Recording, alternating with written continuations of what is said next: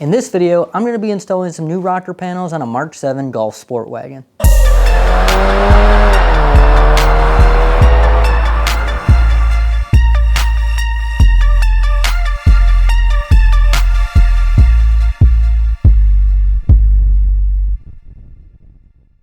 Hey everyone, I'm back with another video, and today it is going to be a Sportwagen video.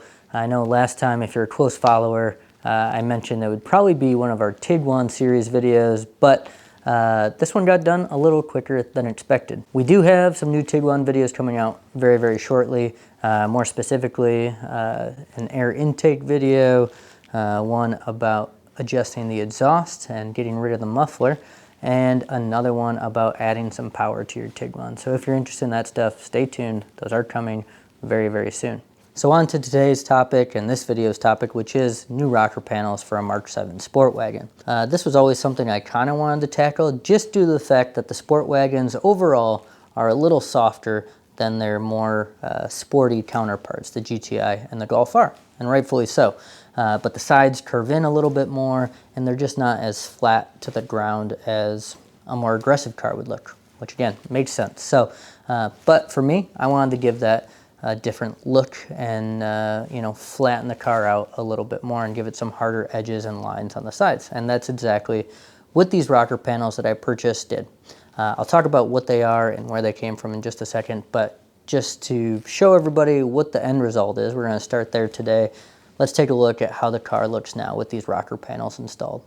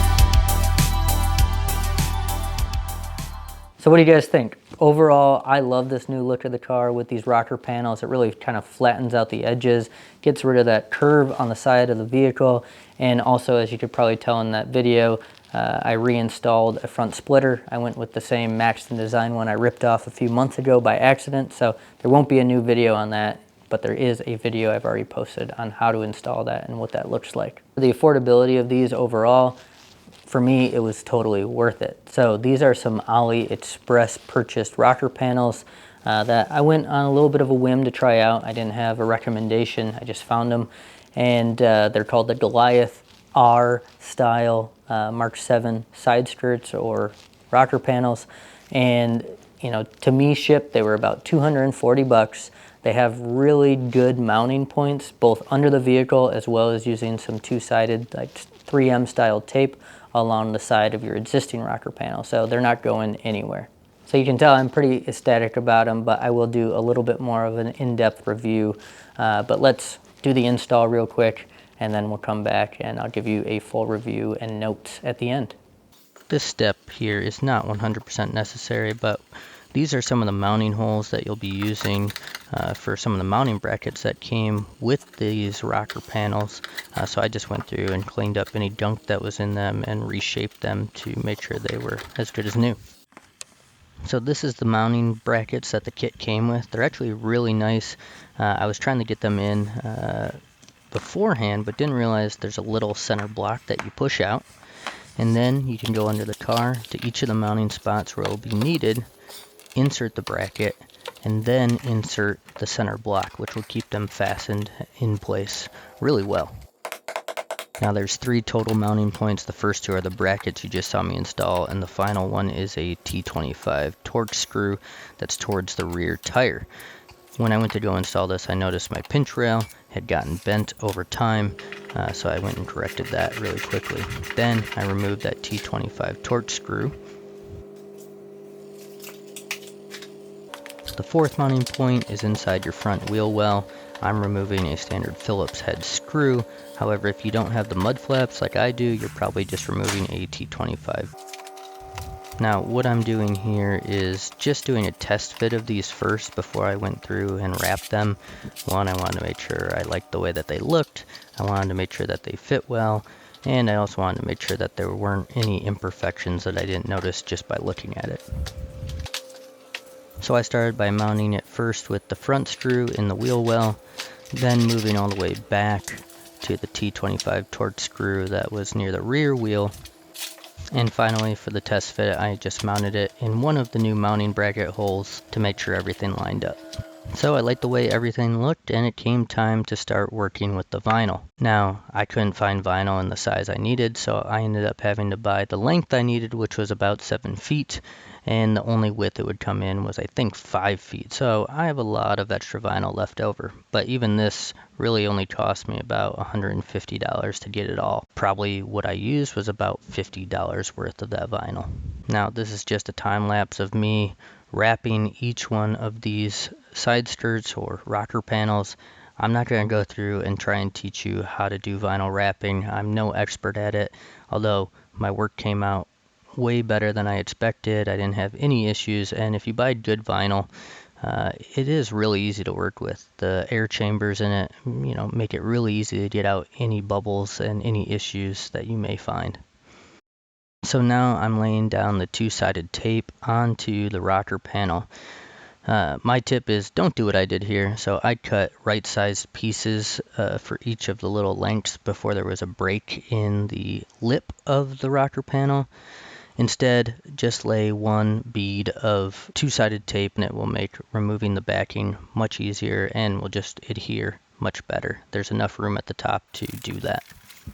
Here I'm just prepping the rocker panel or the existing rocker panel with some degreaser solution that I had to be ready to accept the two-sided tape and have it adhere well.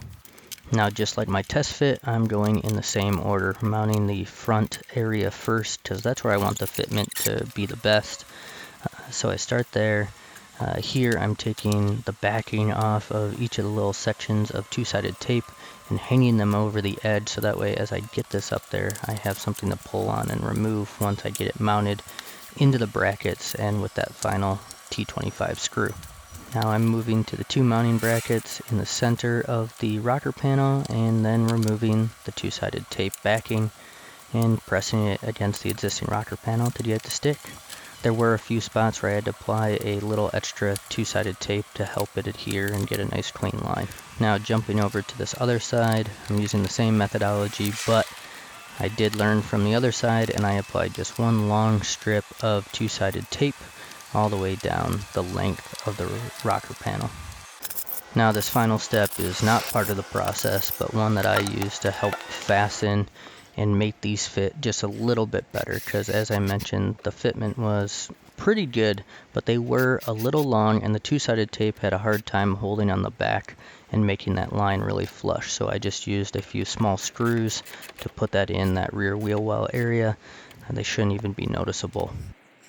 So as you guys saw in that install, there are some really nice frame-based mounting points for this, as well as in the front wheel well as well. And then you have the 3M tape holding these on as well. So install went great. Really the hardest part for me was the wrap job. It wasn't crazy difficult. Wrap is actually surprisingly easy to work with. It just takes a little while to get used to, and take your time because you want it to look great. So overall, I am extremely happy with these so far. In regards to fitment, I know that's going to be the number one question is how do they fit coming from overseas and not having a lot of support to return or anything like that if that's the case. There was, I'll say, about 5 to 7 millimeters of extra length on the back side of both of these. One side was a little bit more than the other. At the end of that video, like I mentioned, I used some screws to, one, hold it in so there's a nice line along the entire exterior of the car, as well as it kind of pinched it in so you didn't see nearly as much of a gap. So it's not perfect. Like I said, I'd give it a 7 or 8-ish out of 10 overall on fitment. Quality overall was great. It's ABS plastic, it's flexible, it'll bend without cracking, should be pretty rugged over time. I will say if you have a wrap car, overall this makes the job a lot easier. You don't have to send it out to paint and have someone professionally do that. And I got to do this for, you know, maybe an added $50 to wrap them and color match them and add them to my car. So I think that's going to wrap up today's video. If you are interested in picking these up, there is going to be a link in the description below to find them on AliExpress. Since there's so many options out there, it's not an affiliate link, but there probably are some other links down there that are about the tools I use and things like that. So if you do use those, thank you, it supports the channel. The next videos you're going to see are going to be about the Tiguan. We got a couple great installs coming up, so stay tuned for those. As always, thank you for watching. If you're not subscribed, please do. It helps me out, of course, and I can keep making videos like this one. And after that, have a great day. I'll see you guys soon.